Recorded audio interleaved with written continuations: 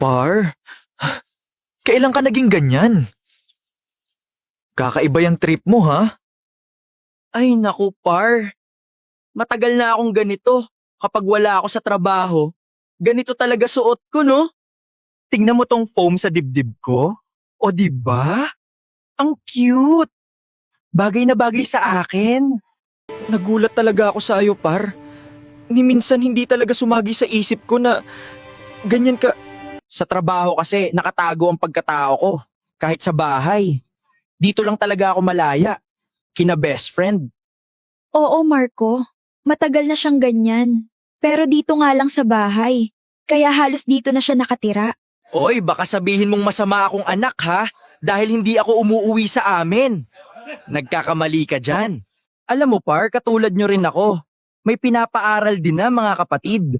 Kaya nga naging close kami ni best friend dahil dyan. At saka, bukod sa parehas kaming breadwinner, malapit din talaga ako sa mga binabae. Kaya naging best friend ko siya. Ayaw ko kasing magkaroon ng best friend na lalaki. Napakasakit kasi kapag nahulog ang loob mo sa kanya. 'Di ba, Marco? Wala akong karapatang magselos sa iyo kahit Ay, ano yun? Mukhang may laman ah. May naaamoy akong selos na walang label. Tama na nga yan. Asa na ba si Edward? Mag-umpisa na tayo dahil lumalalim na ang gabi. Sinundo pa niya yung girlfriend niya.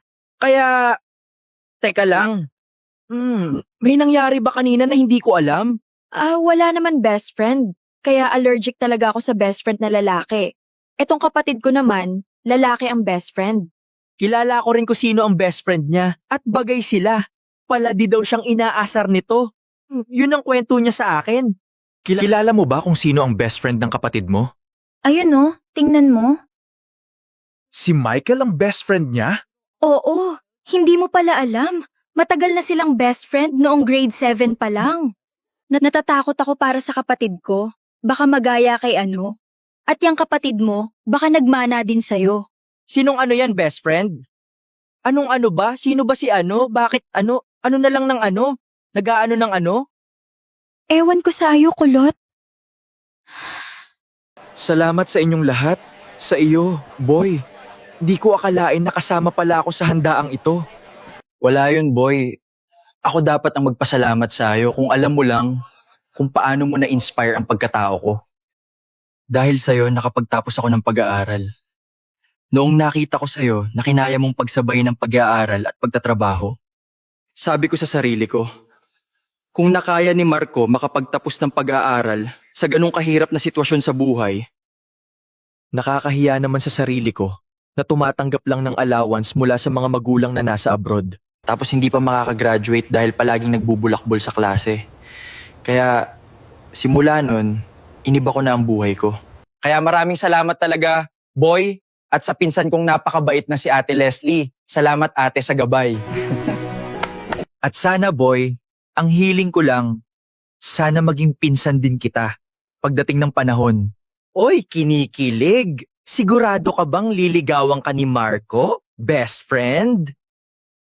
Ang ganda ng bahay niyo, best. At saka, busog na busog ako sa pagkain. Hindi pa naman yan amin. Hinuhulugan pa yan ni ate. Alam mo, gusto ko ng ganitong bahay. Kaya magsusumikap akong makapagtapos sa pag-aaral at makapagtrabaho.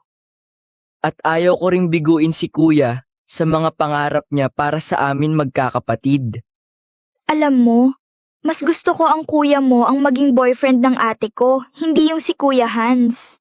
Ako din naman eh. Gusto namin ligawan ni kuya si Ate Leslie. Pero sabi niya, ayaw niya muna daw manligaw. Dahil magtatapos muna daw kami sa pag-aaral bago siya papasok sa relasyon. Tapos si Mika nasa 10 taon pa lang eh. Ilang taon na siya nun? Baka may pamilya na si Ate Leslie nun.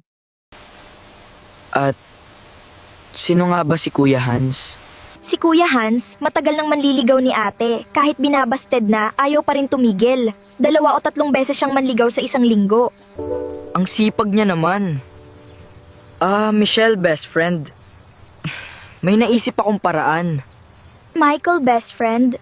Mukhang alam ko na yung naiisip mo, ha? Mukhang maganda yan. Mukhang mauunahan pa yata ang Marco at Leslie ko, ah. Pero ang cute ng maliliit na Marco at Leslie.